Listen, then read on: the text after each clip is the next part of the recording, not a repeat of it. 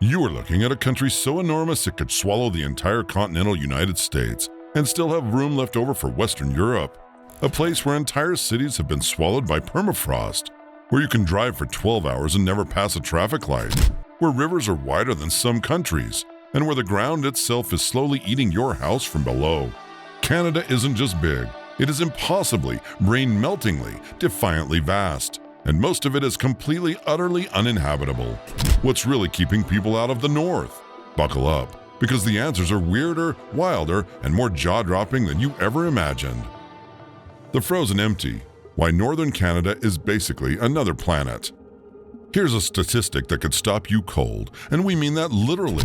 Despite Canada being the second largest country on Earth, covering approximately 3.85 million square miles, an area so vast it spans 6 time zones, nearly 92% of its landmass is essentially uninhabited, not sparsely populated, not rural, empty.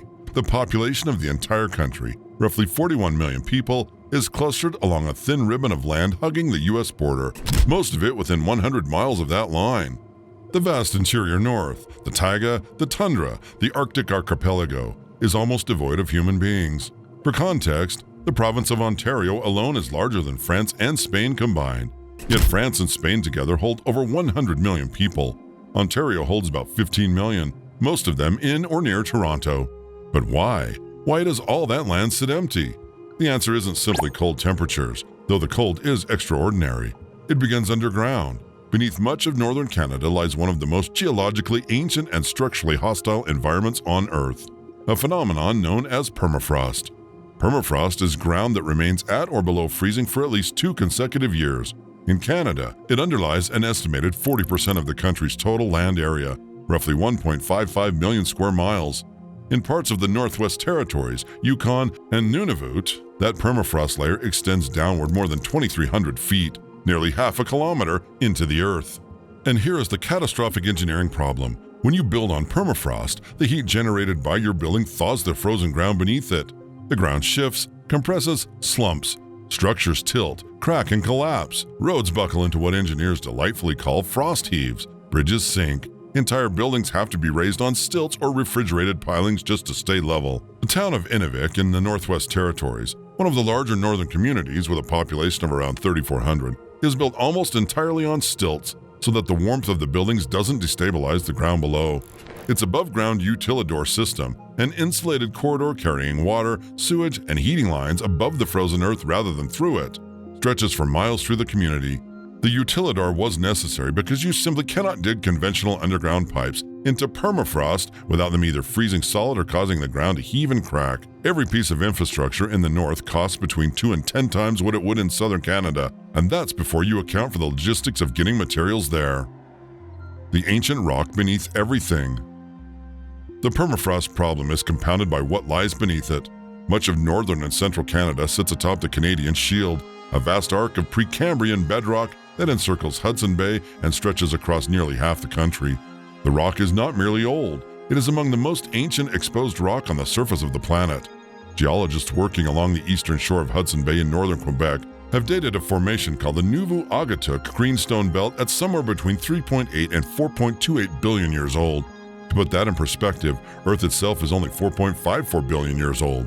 You could theoretically walk across rock that formed when Earth was barely 100 million years out of its own formation, when the moon was still cooling and the oceans hadn't yet settled. The Akastic Gneiss in the Northwest Territories, dated at 4.03 billion years old, also ranks among the oldest confirmed surface rocks on Earth. Canada essentially has a geological foundation that predates almost every process that made the planet recognizable, and this ancient bedrock creates a second enormous problem for anyone trying to build civilization on it. The Canadian Shield is almost entirely bare rock, scraped clean of soil by retreating glaciers at the end of the last ice age roughly 10,000 years ago. The glaciers didn't just leave, they stripped the landscape down to stone. What little soil exists is shallow, acidic, and poor in nutrients. Growing crops in most of this region is functionally impossible. Building sewage systems requires blasting through solid bedrock. Laying foundations for buildings means drilling through rock that has been compressed and crystallized for billions of years. The construction costs are so prohibitive that most northern communities rely on resupply of air or, when seasonal ice roads allow, by heavy truck convoys traveling frozen lakes and rivers. In Nunavut, the territory that makes up roughly 1/5 of Canada's entire land area, there is not a single kilometer of paved road connecting its communities to each other or to the south. Every community is accessible only by air or, in some cases, by sea. Nunavut, the territory that defies comprehension. Speaking of Nunavut, let's sit with the scale of this place for a moment, because numbers alone don't do it justice. Nunavut covers approximately 808,000 square miles. It is larger than Western Europe. It is larger than Mexico and the United Kingdom and France combined, and it is home to approximately 40,000 people, fewer than the population of a mid-sized American suburb. That gives it a population density of 0.02 people per square kilometer, making it one of the least densely populated jurisdictions anywhere on Earth outside of Antarctica. Its capital, Iqaluit, which serves as the administrative hub for this entire staggering expanse, has a population of around 8,000 people. The city of Iqaluit did not have a road connection to the rest of Canada's road network as of 2025. It is accessible only by air or sea. Nunavut's coastline alone is staggering. It borders Hudson Bay to the west, the Arctic Ocean to the north, and the Davis Strait and Baffin Bay to the east. It contains thousands of islands, including Baffin Island, the 5th largest island on the planet, roughly the size of Thailand, and Ellesmere Island, where the northernmost permanently inhabited settlement on Earth is located. That settlement is Alert, a military and research outpost sitting at 82.5 degrees north latitude, meaning it is just 817 kilometers from the geographic North Pole. Alert experiences approximately 4 months of total polar night each winter. The sun does not rise at all. During the warmer months, the temperature in Alert barely nudges above 3.4 degrees Celsius, even in July. It is by every measure one of the most extreme inhabited environments in the human world. And yet people live there, about 55 of them, mostly military personnel and scientists, enduring conditions that make Antarctica's research stations seem almost comfortable by comparison. The cold that breaks thermometers. You already know Canada is cold, but you may not know how cold. On February 3, 1947, a weather station in the tiny Yukon village of Snag recorded a temperature of -63 degrees Celsius. That's -81.4 degrees Fahrenheit. To be completely clear about what that means, liquid diesel fuel becomes a gel at those temperatures. Steel becomes brittle and shatters. The moisture in your exhaled breath doesn't just form vapor, it makes a crackling, tinkling sound as ice crystals form instantaneously in the air around your face, a phenomenon called the whispers of the stars, or ice fog breath, documented by indigenous peoples and Arctic explorers alike. At -63, exposed skin can develop frostbite in less than 30 seconds. The temperature recorded at Snag that day was colder than the average surface temperature of Mars. That record has never been broken in Canada, but extremely cold events are not rare in the country's north. The Yukon and Northwest Territories regularly see temperatures below -40 in winter, a temperature where the Celsius and Fahrenheit scales converge at the same number, meaning it doesn't even matter which system you're using.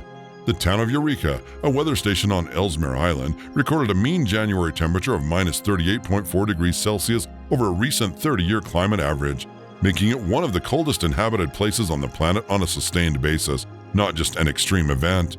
What does sustained cold of this magnitude do to infrastructure? It destroys it, systematically and relentlessly. Roads crack and heave, water pipes freeze solid even when buried far below the surface. Fuel thickens and fails. Aircraft require heated hangars and engine warming procedures that can take hours before a plane can safely fly. The simple act of getting food, fuel, and medicine to remote northern communities in the dead of winter is a logistical operation of extraordinary complexity and expense. Communities like Old Crow in the Yukon or Resolute in Nunavut spend enormous portions of their annual budget just on heating, fuel storage, and cold weather maintenance of infrastructure that could be routine and cheap in the south. The water world. Lakes, rivers, and the edge of comprehension. Here is something that will rearrange your brain about Canada's geography. The country does not merely have a lot of lakes. It has more lakes than the rest of the world combined. Surveys using satellite imagery have counted somewhere between 2 million and 3 million lakes within Canada's borders. The number is so vast that a precise count remains elusive, because new smaller lakes are constantly being identified by higher resolution imagery. Over 563 of these lakes exceed 100 square kilometers in size. Great Bear Lake in the Northwest Territories, which most people outside Canada have never heard of, is 31,153 square kilometers in area, larger than Belgium. Great Slave Lake, also in the Northwest Territories, is 28,568 square kilometers and reaches depths of 614 meters, making it the deepest lake in North America. Lake Superior, shared with the United States, is 82,100 square kilometers, the largest freshwater lake on Earth by surface area. When there are large storms on Lake Superior, it generates waves of up to 9 meters in height. The lake has sunk over 200 ships in recorded history, earning a nickname among sailors, Gitchigumi, from the Ojibwe language, meaning Great Sea. Combined, the Great Lakes hold approximately 21% of the world's surface freshwater. Canada in total holds access to roughly 20% of the world's available freshwater supply, and only about 7% of that is renewable on an annual basis, the rest being ancient glacial water stored in lakes and aquifers. Canada's rivers are equally staggering. The Mackenzie River system, draining much of the Northwest Territories, is over 4,200 kilometers long and discharges roughly 9,700 cubic meters of water per second into the Beaufort Sea. That makes it the 10th largest river in the world by discharge. During spring breakup, when winter ice on the Mackenzie fractures and begins moving, the process generates ice jams that can temporarily flood communities along the riverbanks. Ice chunks the size of tennis courts ride the current at considerable speed. The event is both terrifying and magnificent. Geographical oddities that science fiction would reject. Let's talk about some of Canada's geographical features that seem physically improbable even after you've had time to think about them. Start with the Beaver Dam in Wood Buffalo National Park in Alberta. Beavers are, of course, among Canada's most iconic animals, but what they have accomplished in this remote corner of the park belongs in a different category entirely. The dam in question stretches approximately 850 meters in length. That's longer than 8 American football fields laid end to end. It is so large that it was not discovered by humans walking in the park. It was spotted in 2007 by an ecologist examining satellite imagery. The terrain surrounding it is so remote, deep boreal wetlands accessible only by hiking for several days through waterlogged wilderness, that some researchers believe it may have been under construction for over 50 years, with multiple generations of beavers adding to it in succession. It holds an estimated amount of runoff water equivalent to what 9,200 dump trucks could carry, and it is clearly visible from space. Then there is the world's largest island within a lake on an island within a lake on an island. A geographical nesting that sounds like a riddle or a mathematics problem. The smallest element in this chain is a roughly 4-acre island sitting within a small unnamed lake on Victoria Island, which itself sits in Nunavut. Victoria Island is the 8th largest island in the world. The tiny island within its lake was identified on August 21, 2014, using imagery from the Landsat 8 satellite. To the knowledge of researchers, no human being has ever physically stood on it. It holds the distinction of being the world's largest sub-island, a designation so absurd it sounds invented but is entirely real. In the Northwest Territories near the Mackenzie Delta, you will find the world's most impressive concentration of pingos, an Inuvialuktun word for conical hills made of ice-covered permafrost that have been pushed upward by hydraulic pressure as water freezes beneath the surface. The region around Tuktoyaktuk contains over 1,350 pingos, which is the highest concentration anywhere on Earth. But beneath the thin soil covering is a core of solid ice that can be thousands of years old. As the climate warms, pingos in some areas are beginning to collapse. The ice melts, the hill slumps, and a crater lake forms where the pingo once stood. The gravity anomaly and the oldest water on Earth. Canada is one of the very few places on Earth where you literally weigh slightly less than you should, not metaphorically, physically. The Hudson Bay region has a measurable gravity deficit, approximately 0.005% less gravitational pull than standard Earth gravity predictions could suggest. This anomaly was first detected in the 1960s during surveys conducted as part of early geophysical mapping efforts. 2 competing theories have been proposed to explain it. The first involves the Laurentide ice sheet, the massive glacier that once covered much of northern North America under a layer of ice up to 3 kilometers thick.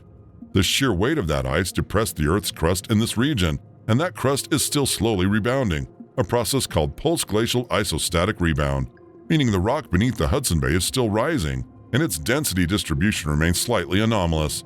The second theory involves deep mantle convection patterns beneath this part of the continent, pulling material downward from below, reducing local mass and therefore gravity. Scientists have not reached consensus, but the anomaly is real, measured, and reproducible. Deep beneath Ontario, a mine shaft outside Timmins called Kidd Mine, scientists made a discovery in 2016 that rewrote the record books for ancient water. While investigating the deep rock formations of Kidd Mine, which at nearly 3 kilometers deep is among the deepest accessible mines in the world, researchers discovered pools of water trapped in the rock. Analysis of dissolved gases include helium, neon, argon, and xenon revealed that this water has been isolated from the surface for approximately 1.5 to 2.7 billion years. This is the oldest known water on the surface of the Earth. Liquid water that has not seen daylight since before complex life evolved. The water itself is so rich in dissolved hydrogen, which is significant because hydrogen provides chemical energy that microbes can use for metabolism. The discovery opens serious scientific conversations about whether microbial life might persist in similar ancient water pockets deep underground, including potentially on Mars or icy moons like Europa. The coastline that goes on forever. Canada's coastline is, by any rational measure, the longest of any country on Earth, and it isn't close. The official measurement, including all islands and fjords and inlets, exceeds 243,000 kilometers. The next closest country is Norway, with roughly 100,000 kilometers. Russia, the largest country by land area, has a coastline of about 37,600 kilometers. Canada's coast is more than 6 times longer than Russia's. If you were to walk at a pace of 20 kilometers per day every single day without stopping, it would take you approximately 33 years to complete the journey.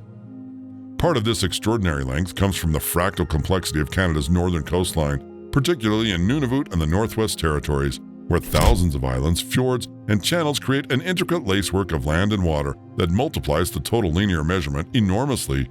The Arctic archipelago alone, the cluster of large and small islands in Canada's far north, contains 5 of the world's 30 largest islands: Baffin, Ellesmere, Victoria, Banks, and Devon. On the opposite end of Canada's coastal character, the Bay of Fundy on the Atlantic coast between New Brunswick and Nova Scotia generates the highest tidal range on Earth.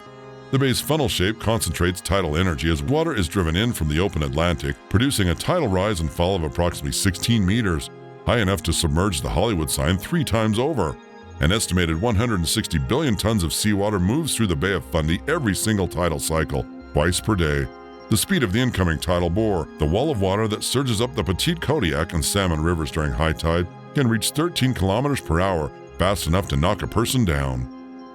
The North's hidden economies and vanishing frontiers. The Northwest Territories contain one of the world's most improbable treasure chests.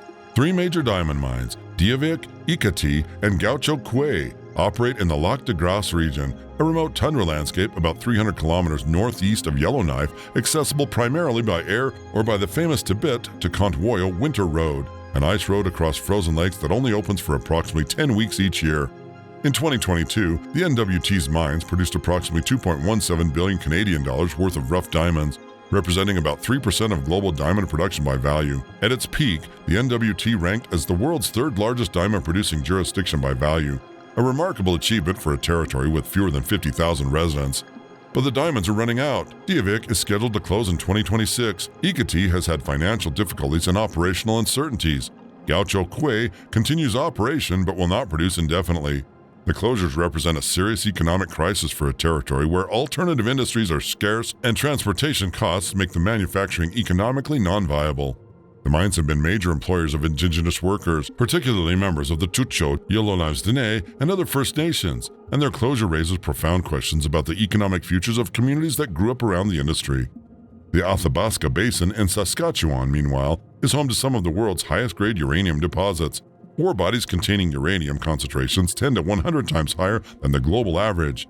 Canada is consistently one of the world's top 2 or 3 uranium producers, contributing roughly 13 to 15% of global production annually. The McArthur River and Cigar Lake mines in particular produce ore of almost incomprehensible richness, concentrations above 20% uranium by weight, compared to a global average of less than 0.1% at most other mines. This material is so radioactive that it requires robotics and remote handling equipment for much of the mining process. The ice that never melts and the mountains that try to kill you. Mount Thor on Baffin Island in Nunavut holds a distinction that sounds almost cartoonishly dangerous. It has the greatest vertical drop of any cliff face on Earth.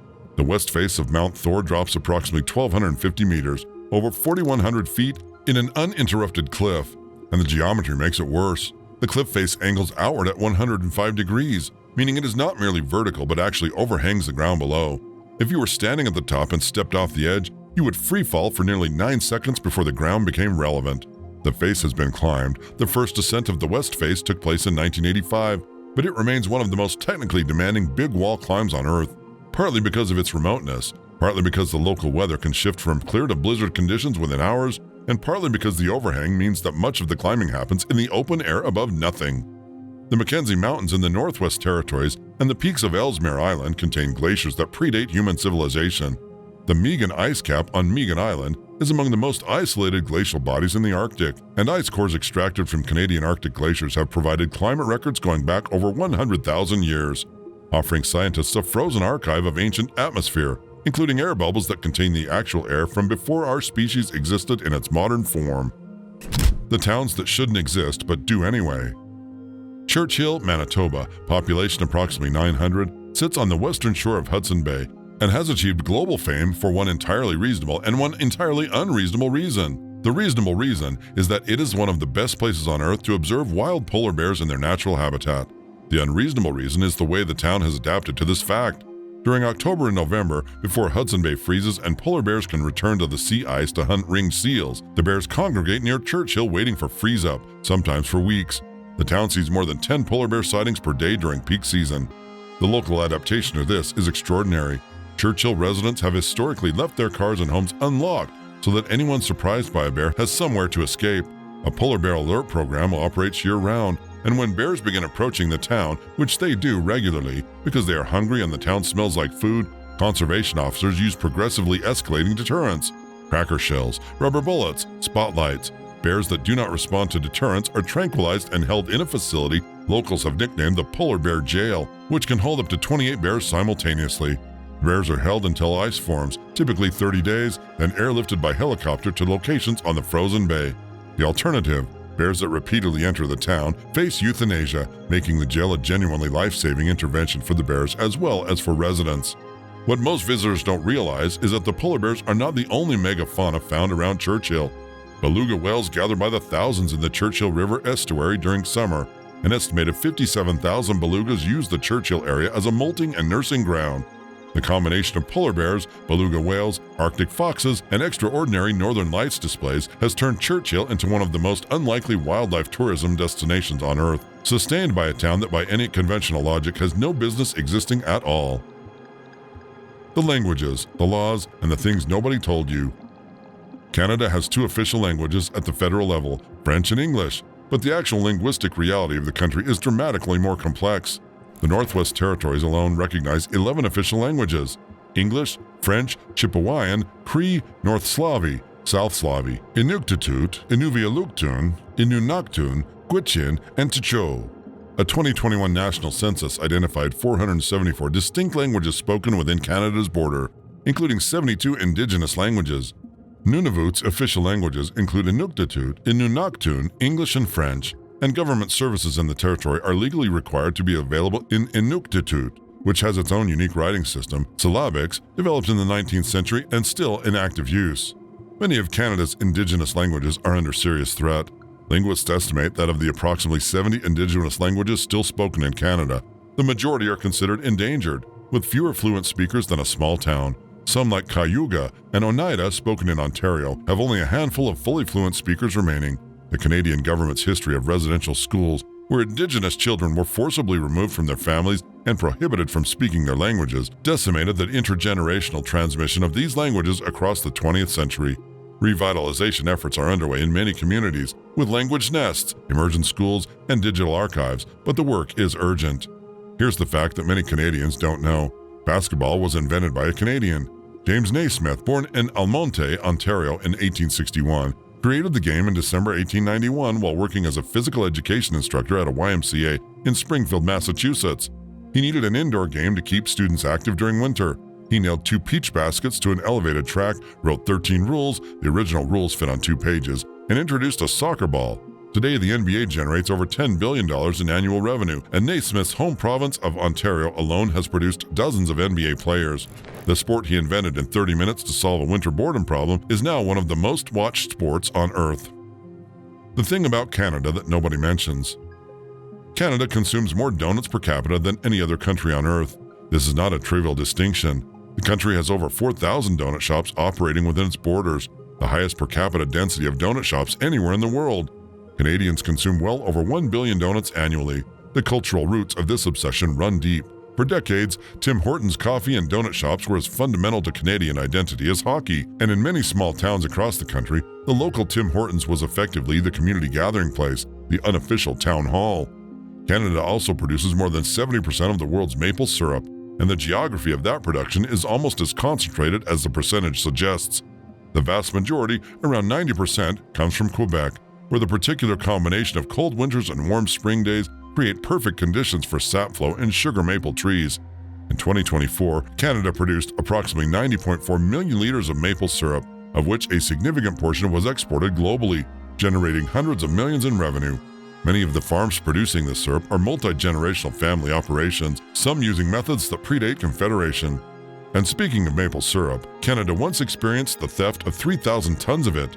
Between 2011 and 2012, thieves associated with an organized operation systematically siphoned maple syrup from barrels held in a strategic reserve facility in Quebec. Yes, Canada has a strategic maple syrup reserve, formerly managed by the Federation of Quebec Maple Syrup Producers, and replaced the syrup with water.